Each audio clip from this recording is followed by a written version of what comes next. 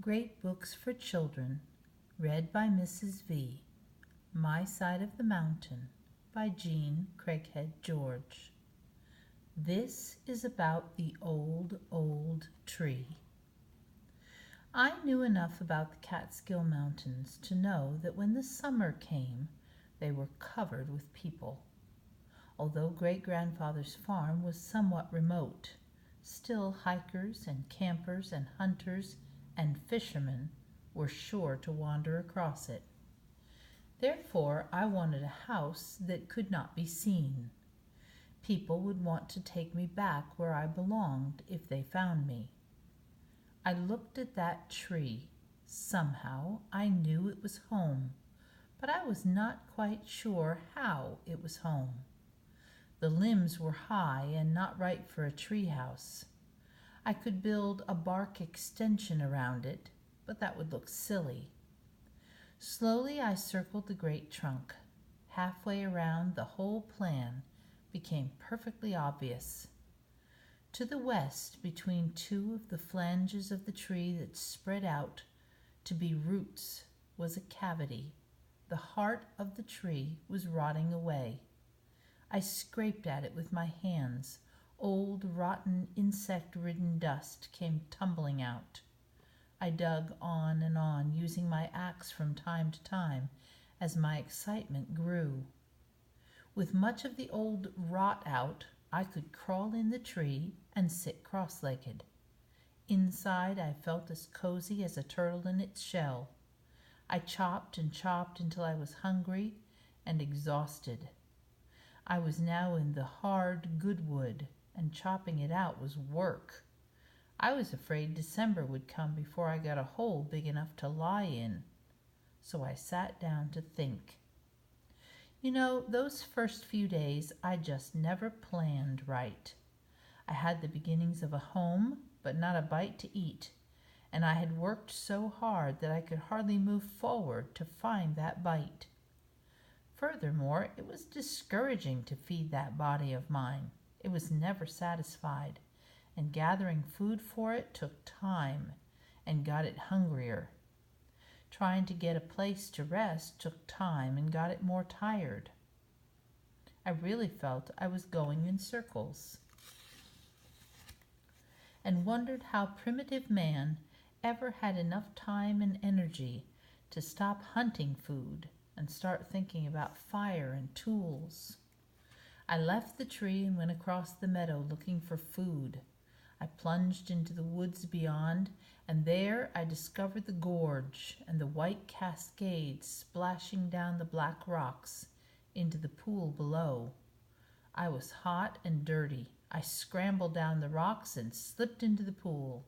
It was so cold I yelled, but when I came out on the bank and put on my 2 pairs of trousers and 3 sweaters, which I thought was a better way to carry clothes than in a pack, I tingled and burned and felt cultish. I leapt up the bank, slipped, and my face went down in a patch of dog-tooth violets.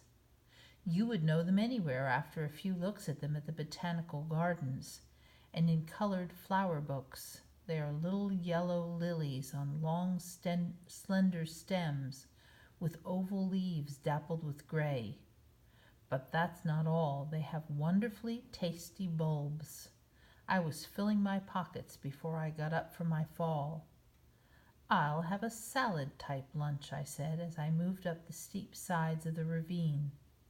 I discovered that as late as it was in the season, the spring beauties were still blooming in the cool pockets of the woods. They are all right raw, that is, if you are as hungry as I was. They taste a little like lima beans. I ate these as I went on hunting food, feeling better and better until I worked my way back to the meadow where the dandelions were blooming. Funny, I hadn't noticed them earlier.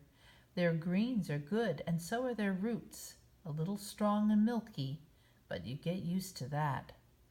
A crow flew into the aspen grove without saying a word. The little I knew of crows from following them in Central Park, they always have something to say. But this bird was sneaking. obviously trying to be quiet. Birds are good food. Crow is certainly not the best, but I did not know that then, and I launched out to see where it was going. I had a vague plan to try to noose it. This is the kind of thing I wasted time on in those days when time was so important. However, this venture turned out all right because I did not have to noose that bird. I stepped into the woods, looked around, could not see the crow, but noticed a big stick nest in a scrabbly pine. I started to climb the tree. Off flew the crow. What made me keep on climbing in face of such discouragement, I don't know. But I did, and that noon I had crow eggs and wild salad for lunch. At lunch, I also solved the problem of carving out my tree. After a struggle, I made a fire. Then I sewed a big skunk cabbage leaf into a cup with grass strands. I had read that you can boil water in a leaf, and ever since then I had been very anxious to see if this were true. It seems impossible, but it works. I boiled the eggs in a leaf. The water keeps the leaf wet, and although the top dries up and burns down to the water level, that's as far as the burning goes. I was pleased to see it work. Then here's what happened. Naturally, all of this took a lot of time, and I hadn't gotten very far on my tree, so I was fretting and stamping out the fire when I stopped with my foot in the air. The fire. Indians made dugout canoes with fire. They burned them out, an easier and much faster way of getting results. I would try fire in the tree.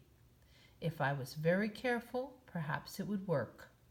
I ran into the hemlock forest with a burning stick and got a fire going inside the tree. Thinking that I ought to have a bucket of water in case things got out of hand, I looked desperately around me. The water was far across the meadow and down the ravine. This would never do. I began to think the whole inspiration of a home in the tree was no good. I really did have to live near water for cooking and drinking and comfort. I looked sadly at the magnificent hemlock and was about to put the fire out and desert it when I said something to myself. It must have come out of some book. Hemlocks usually grow around mountain streams and springs. I swirled on my heel. Nothing but boulders around me, but the air was damp. Somewhere, I said, and I darted around the rocks, peering and looking and sniffing and going down into pockets and dales. No water. I was coming back circling wide when I almost fell in it.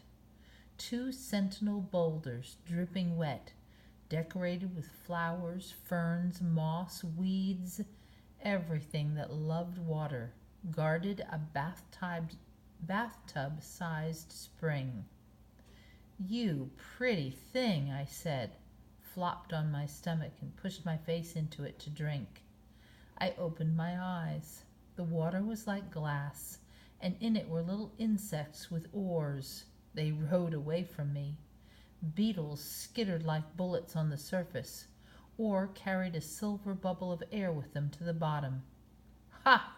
Then I saw a crayfish. I jumped up, overturned rocks, and found many crayfish. At first I hesitated to grab them because they can pinch. I gritted my teeth, thought about how much more it hurts to be hungry, and came down upon them. I did get pinched, but I had my dinner. And that was the first time I had planned ahead. Any planning that I did in those early days was such a surprise to me and so successful that I was delighted with even a small plan. I wrapped the crayfish in leaves, stuffed them in my pockets, and went back to the burning tree. Bucket of water, I thought. Bucket of water? Where was I going to get a bucket? How did I think even if I found water I could get it back to the tree? That's how citified I was in those days. I had never lived without a bucket before, scrub buckets, water buckets, and so when a water problem came up, I just thought I could run to the kitchen and get a bucket. "Well, dirt is as good as water," I said, As I ran back to my tree, I can smother the fire with dirt. Days passed working, burning, cutting, gathering food, and each day I cut another notch on an aspen pole that I had stuck in the ground for a calendar.